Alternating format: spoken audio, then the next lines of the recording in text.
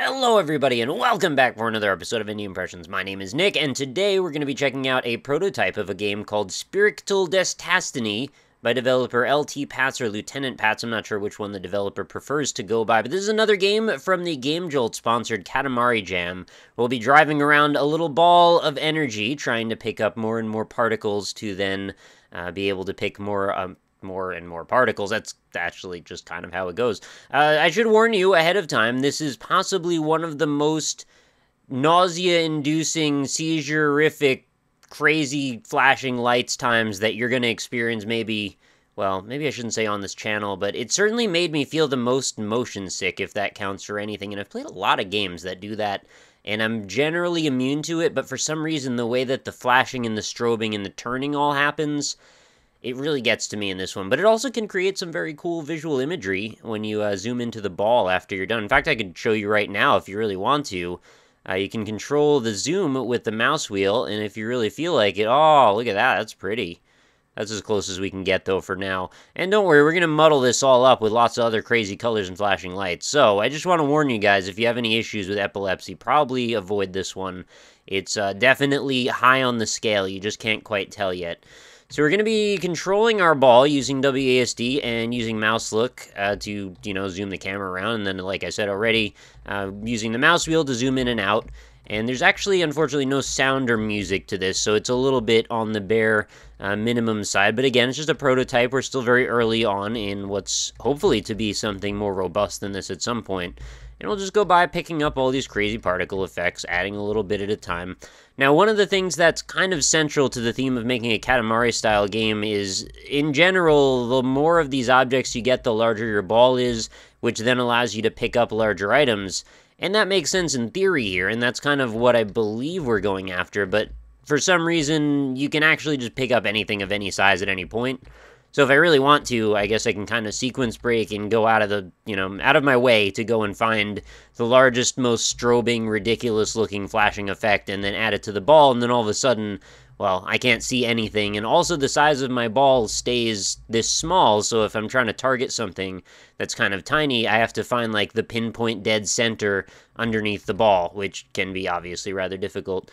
So we've got a very basic kind of Unity terrain mesh setup here with, not a lot of flourishes, really. It's just kind of a framework for there to be a few different differentiated sections. There's, like, the volcano area over there.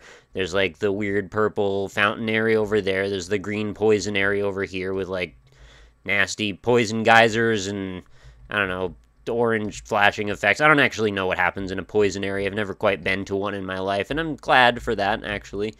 But yeah, we're just going to assemble little bits and bobs from every corner of this strange new world, and hopefully, if we get enough of them, we'll all have enough of the flashing lights, and then we can move on. No, I don't know what the end goal is here, other than to just collect as many things as you want to until you feel like you don't want to play it anymore. I guess that's kind of like how most Katamari games work, except they usually judge you based on, like, your ability to collect them in a certain time period. There's no time periods. There's no really strict regimented game elements. It's just kind of have a fun time poking around, see what you can find. Maybe make a ball of a certain color if you really feel like challenging yourself to some kind of specific event.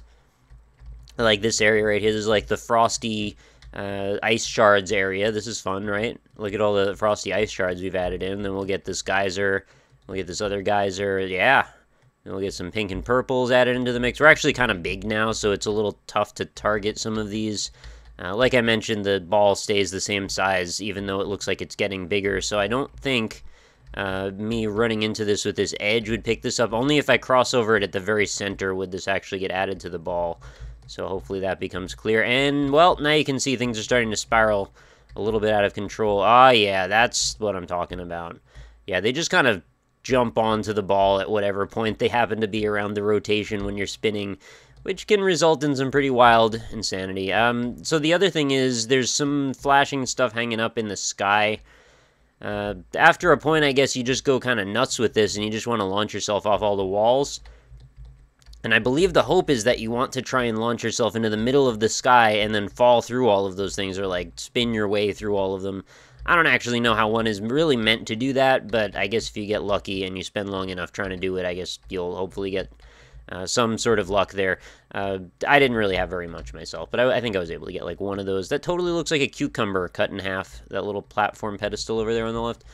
The other thing, and this is, I mean, again, I'm not really trying to be overly harsh or critical here because I know there's a prototype, but when the ball is to its, I don't want to say maximum, but like very near as expanded as it's probably going to get, the camera doesn't zoom out anymore, unfortunately, so you just kind of can't see most of the time, and you just got to kind of make best with what you can do to kind of catch a little bit of context every now and then.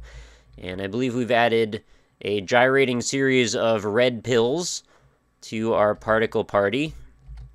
Oh, I like that name. Can we call this particle party?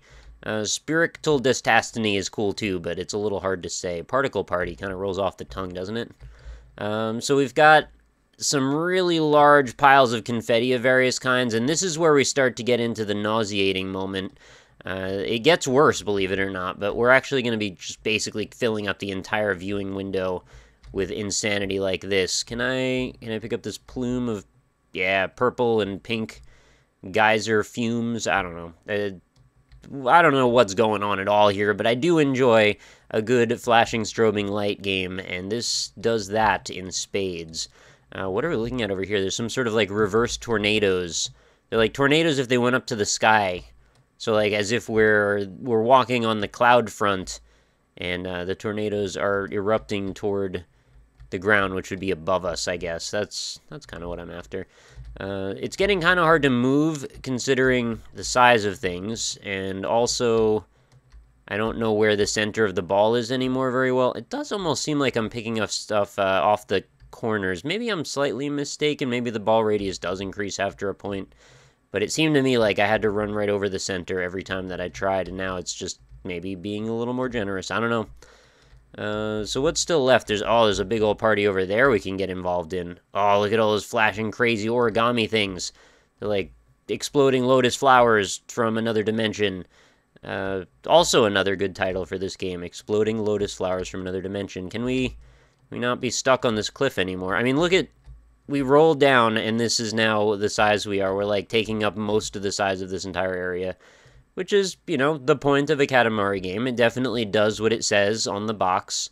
If there was a box to see, I imagine it would be very hard to look at and might make me seasick, but that's okay. Let's jump up over here and see if we can get to these guys. Oh, I think these are some of the biggest ones that this game has to offer. I know you're very encumbered by all of the weight of these particles, but can we just make it anyway, though?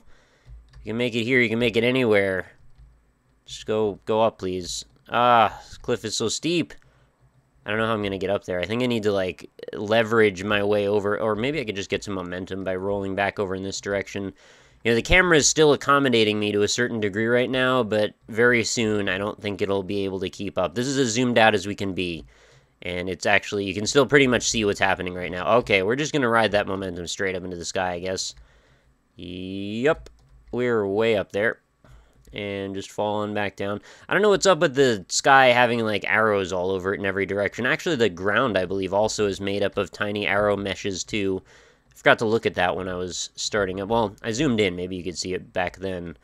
But yeah, there's a lot of strange things here. I assume that if this is to be continued to be developed, there would probably be some changes made to some of the texture work and things.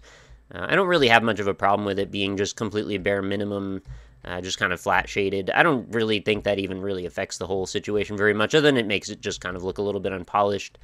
But in general, gameplay-wise, I would much rather prioritize that the frame rate stays smooth, which indeed it does.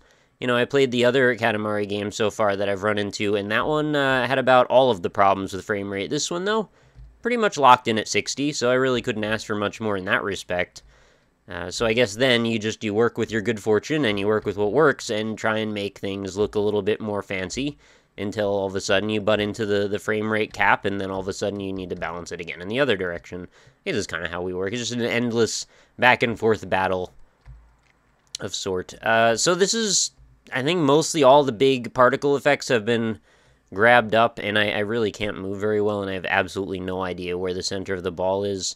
So if I were to try and grab things, all that's really left for me is to try and launch myself into the sky, and that seems kind of arduous, so I'd prefer not. But this is quite an experience. I would like to see more of this, even though it seems like I was being a little bit harsh at times.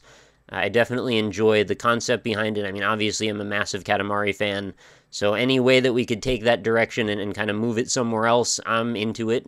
Oh, there's like crazy dynamic lights over here. I guess these corresponded with the particle effects that I already picked up. You should make those dynamic lights vanish once I pick up the object that it corresponds with.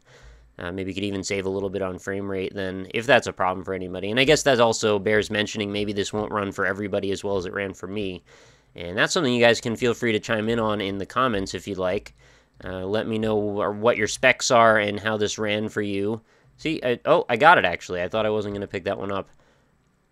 But yeah, let me know what this whole experience was. This is just playable in browser, so you don't even have to download anything.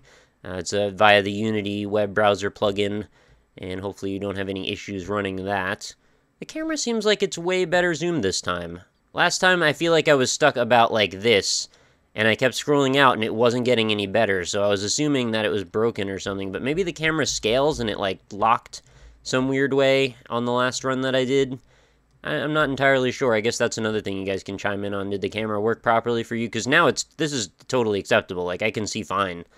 Like I said before, it was like basically zoomed up like this. Like, I could see like a tiny little nugget of the landscape around me sometimes, but mostly not. And because of that, I've actually had less time that I've spent with the entire camera viewpoint taken up by just nonsense, which probably all of us value. Because that's honestly what was making me feel kind of sick, was being forced to look at this flashing, strobing, crazy insanity, cacophony of death.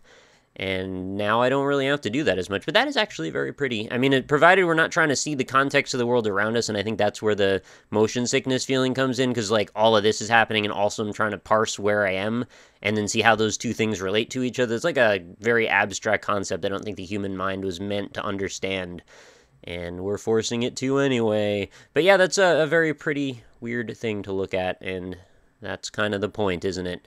So anyway, that's going to do it for another episode. This was Spirictle Destastiny, and you can play it again right free in your browser if you choose. And let me know what you think of this in the comments. Feel free to leave a like on the video if you enjoyed it, because that greatly helps me out and helps spread the word about more weird, artistic, original, and unique indie games. And of course, I'll be checking back to see if there's any more entries into the Katamari Jam, and if there's anything that looks particularly interesting or invigorating or strange and wonderful, I will definitely give it a visit on the series.